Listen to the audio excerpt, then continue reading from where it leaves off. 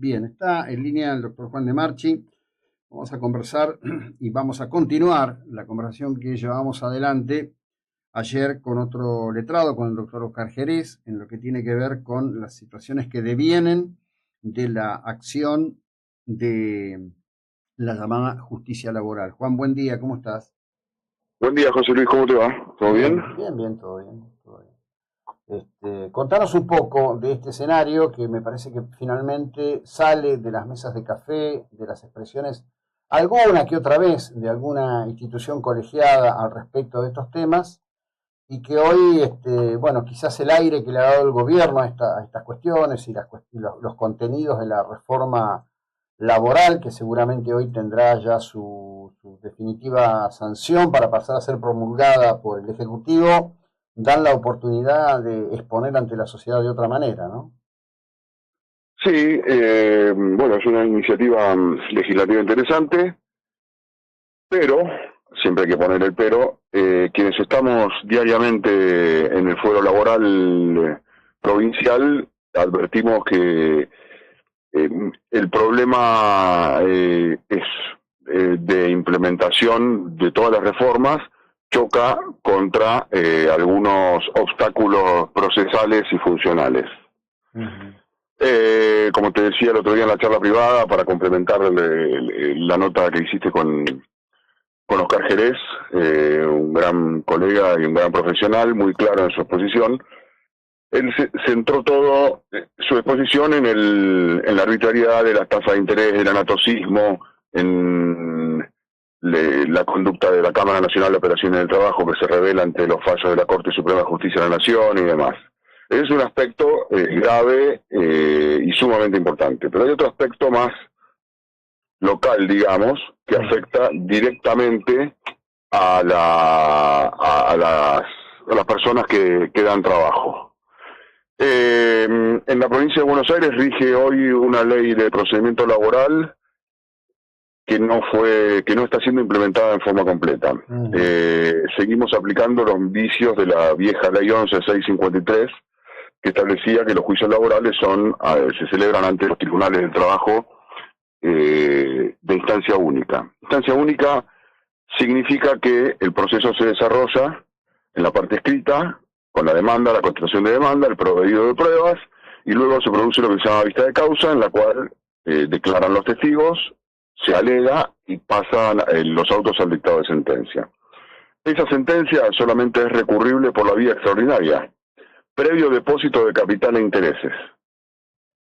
Es decir, había un tribunal oral de instancia única, sin recursos ordinarios, y nadie durante todo el devenir del proceso revisaba las decisiones que tomaban o que toman los tribunales de trabajo durante el curso del proceso, es decir, toda la etapa probatoria, de nulidades y demás.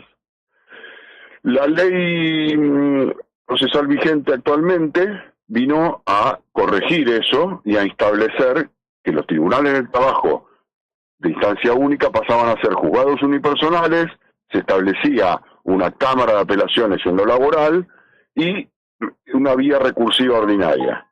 Es decir, que durante el devenir del proceso, las partes podían recurrir las diferentes decisiones del juez del trabajo ante la Cámara. Esa ley fue puesta en vigencia parcialmente por la provincia de Buenos Aires, y la Corte, desde junio del año pasado, más o menos, no recuerdo la fecha, estableció su vigencia plena, salvo la instauración de los juzgados del trabajo y la Cámara del Trabajo. Por lo cual, seguimos en un proceso de instancia única y vía recursiva exclusivamente extraordinaria, previo depósito del capital e intereses de la sentencia. Hasta ahí decime si... No, estamos bien, digamos, y en líneas generales supongo yo que muchos de los que nos están escuchando comprenden sobradamente, porque de una u otra manera se termina en las orcas caudinas de este sistema.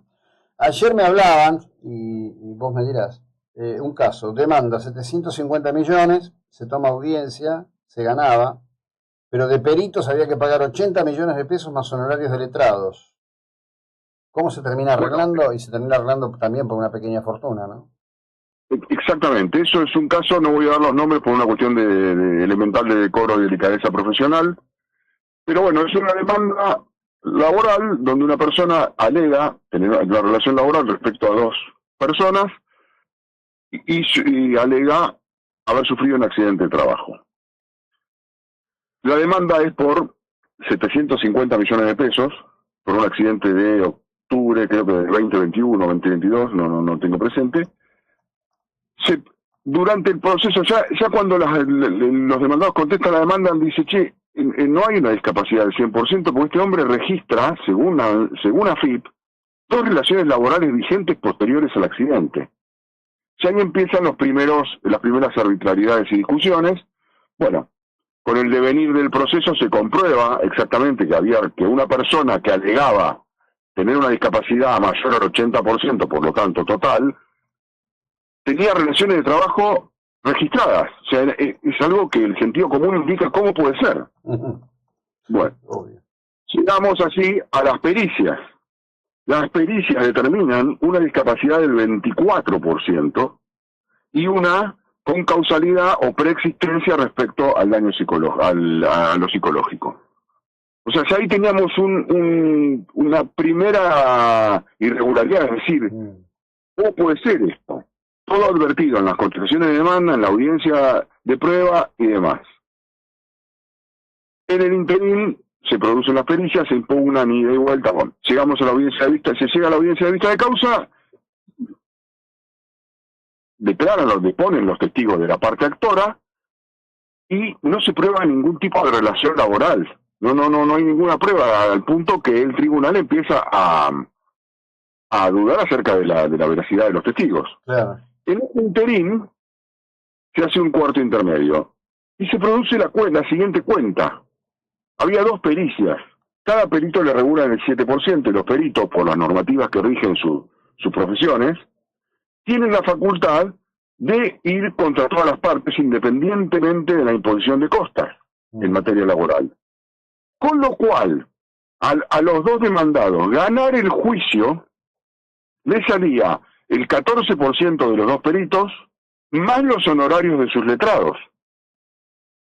O sea, el sistema prevé una especie de extorsión legal, entre comillas. Bueno, la extorsión que llevan adelante los secretarios de los juzgados. Normalmente cuando la patronal llega, el empleador llega, el dador de trabajo llega, le dicen, bueno, mire, le conviene arreglar, porque si no porque además la otra locura es que los honorarios de peritos se fijan sobre el monto de la demanda, independientemente de la irracionalidad del monto expuesto.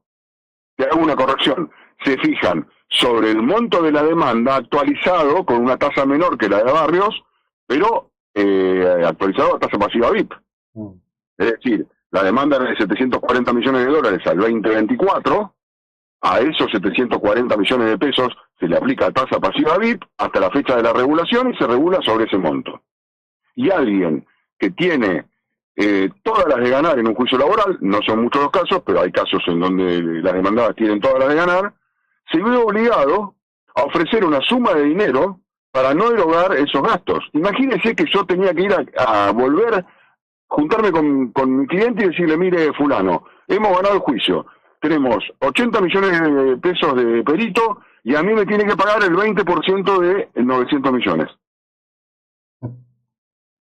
Qué locura. Un disparate total y absoluto. Pero bueno, todas las buenas intenciones que pueda tener la legislación de fondo hoy en la provincia de Buenos Aires chocan contra este sistema que está siendo aplicado en forma inconstitucional mediante el dictado de una resolución de la Corte de la Provincia de Buenos Aires, donde estamos con una ley procesal híbrida, donde se aplican normas según lo que se decide políticamente y no la ley íntegra, que otorga muchísimas más garantías y derechos, no solo para la parte demandada, sino también para los trabajadores. Sí, por supuesto, obviamente.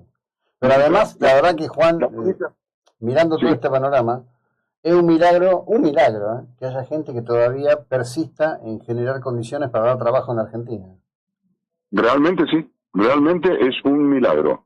Sumado a otra problemática en la provincia de Buenos Aires, que no se habla en los medios nacionales, que es increíble, que es realmente vergonzosa. La Corte de la Provincia de Buenos Aires tiene 3 miembros. La Corte de la Provincia de Buenos Aires en junio del 2024, creo ya, sacó un fallo en materia civil, Barrios, que fue aplicado indiscriminadamente por los tribunales de trabajo a lo largo y ancho de toda la provincia de Buenos Aires. Eso generó unos montos de condena absolutamente disparatados y una distorsión de todo el sistema de generación de empleo y de desarrollo del empleo.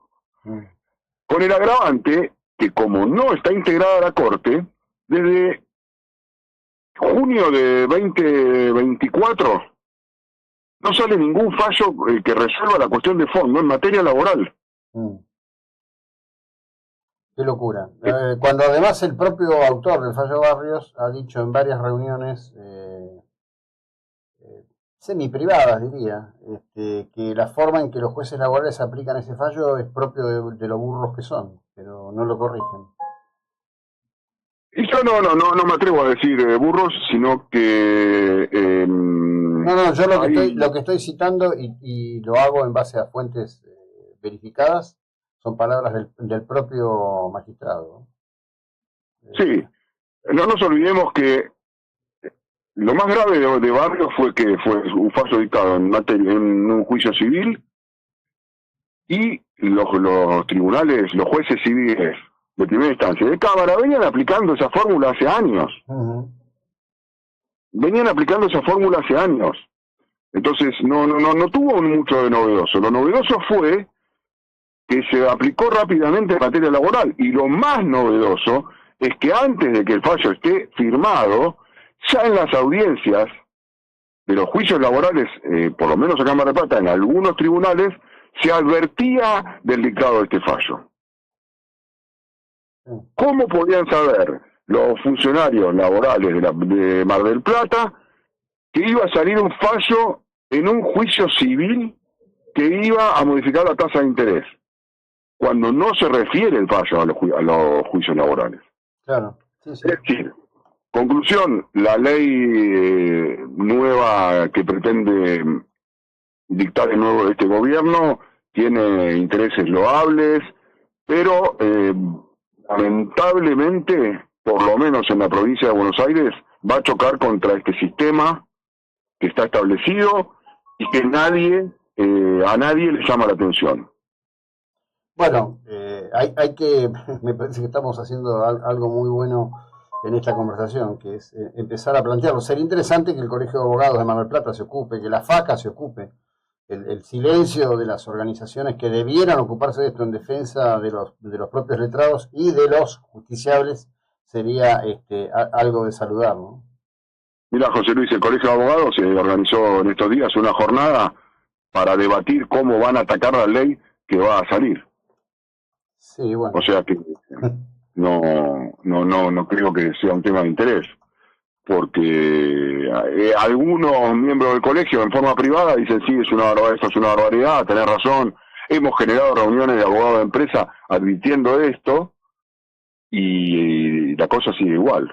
Seguimos con los tribunales de trabajo de instancia única, sin vía recursiva, seguimos sin obligar a la provincia de Buenos Aires, mediante los mecanismos institucionales, a poner en funcionamiento la ley de procedimiento laboral en forma íntegra, y mientras tanto seguimos normalizando la extorsión sistemática de los procesos laborales.